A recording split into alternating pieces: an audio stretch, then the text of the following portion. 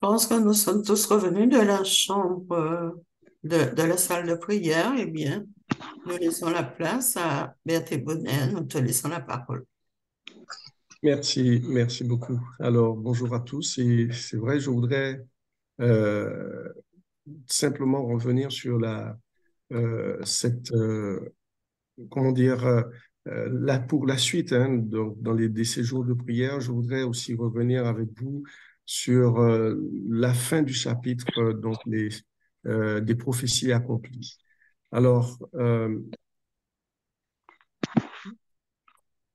que faut-il comprendre euh, dans le fait que malgré, malgré le fait que là, je lance ma présentation, euh, des hommes et des femmes vont effectivement euh, se, euh, se lancer dans cette prédication de la parole, mais surtout dans l'étude de la parole de Dieu. Et ce qui est important de comprendre, c'est que se rapportant aux Saintes Écritures relatives à la purification du sanctuaire terrestre, eh ben, lorsque le mouvement de réveil qui a pris naissance effectivement un peu partout, mais principalement aux États-Unis, ce mouvement de réveil a, euh, vont, qui vont se pencher sur les Écritures, vont comprendre Jésus-Christ, notre souverain sacrificateur, effectivement, euh, apparaîtrait pour une date bien précise, pour purifier donc notre terre de la destruction du péché et des pécheurs. Et il apporterait donc à son peuple la couronne de l'immortalité le 10e jour du 7e mois, et c'est-à-dire au grand jour des propitiations et de la purification du sanctuaire en 1844. Et cela, ils avaient prédit avec une date, ben, le 22 octobre, donc 1844. Et on, les études, et ce sont des étudiants donc sincères qui vont s'appuyer sur le symbolisme de, des Écritures, notamment la parabole des 10 vierges que l'on a lu tantôt, et le temps d'attente, de somnolence qui a suivi la venue de Jésus. Cela concordait avec les arguments euh, tirés à la fois de la prophétie, de la symbolique mosaïque. Et tout cela, ben, pour ces croyants à cette époque, ben, paraissait d'une solidité inébranlable. Et des milliers de voix vont s'unir pour faire entendre le cri de minuit. Et ce cri de minuit, c'est voici l'époux. Et ils étaient tous donc d'accord dans leur compréhension de voir que dans, euh, à partir des études qu'ils avaient menées, des prophéties, à partir des études qu'ils avaient menées, notamment de Daniel, livre de Daniel, mais également tous les autres livres qu'ils avaient mis en lien, eh ben, pour eux, le cri de minuit, le Jésus était à la porte. Et le mouvement, donc, va se répandre aux États-Unis, principalement comme un raz-de-marée, et va se propager de ville en ville, de village en village, jusque dans les localités les plus reculées. Et nous écrit la sœur White là-dessus, nous disant que ben, les hommes et les femmes étaient de plus en plus convaincus de l'imminence du retour de Jésus et qu'il fallait se préparer. Alors, euh, cette, euh, euh, cette situation, donc ce mouvement, euh, on pourrait le comparer aussi au temps d'humiliation et de retour à Dieu qui se voyait dans l'ancien Israël chaque fois que le peuple se tournait vers Dieu, et il portait donc les caractéristiques de vrai réveil de tous les siècles. Les hommes étaient vraiment, c'était pas, comment dire, les grandes expositions, les grands frasques des gens qui prétendaient être dans le réveil, mais non, c'était les caractéristiques de vrai réveil. C'est peu d'exaltation, beaucoup de sincérité dans les confessions de péché et dans le renoncement au monde. Et puis les fidèles, les croyants persévéraient dans la prière, on se consacrait à Dieu, les personnes se préparaient pour la venue du Seigneur. Et le souci de tous et de chacun, c'est qu'il fallait être prêt pour ce grand retour. Et on voyait effectivement que pour eux, c'est que l'approbation du Seigneur, le fait que nous recherchions le Seigneur avec beaucoup de foi et beaucoup d'assurance était la plus précieuse que la nourriture corporelle. Euh, Bien entendu, nous connaissons l'histoire. Nous savons que c'était quand même une déception qui attendait les fidèles. Le temps fixé, donc du mois d'octobre, est passé. Et bien qu'ils n'eussent vraiment qu'ils eussent attendu avec confiance, le Seigneur, le Sauveur, ben, Jésus-Christ n'était pas venu. Et c'est vrai que leur foi eh ben, et leur patience avaient été mises à l'épreuve. C'était une épreuve effrayante.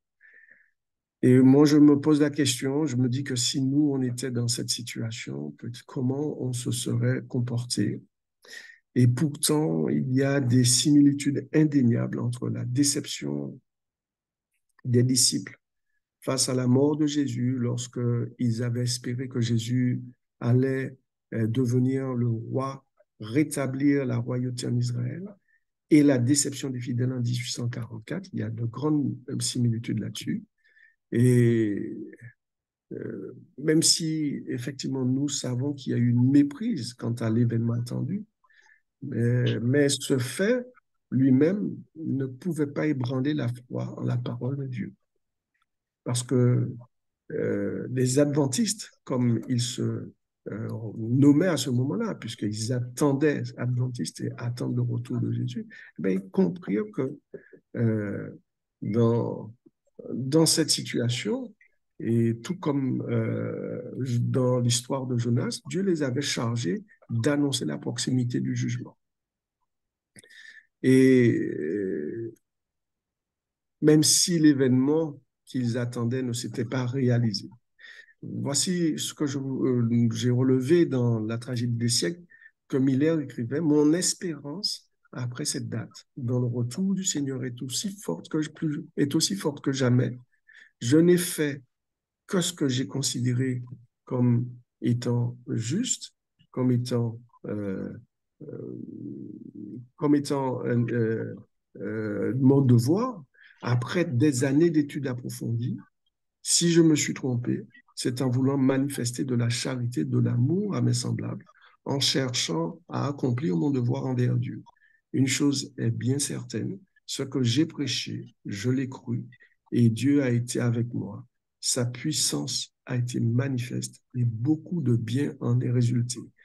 Ce n'est pas parce qu'effectivement que l'événement attendu, il se soit trompé sur l'événement attendu, mais Dieu avait suscité ce réveil, Dieu avait suscité ces hommes pour pouvoir parler de lui, pour que les cœurs puissent se tourner vers Dieu. Et Dieu ne délaissa pas son peuple, car son esprit continua à se reposer, de reposer sur eux, pour qu'ils ne rejetèrent pas inconsidérément la lumière qu'ils avaient reçue, et ils ne vont pas se tourner contre le mouvement adventiste. Parce qu'imaginez, pendant cette période, toutes les railleries, les moqueries qu'ils vont subir, qu'ils vont affronter.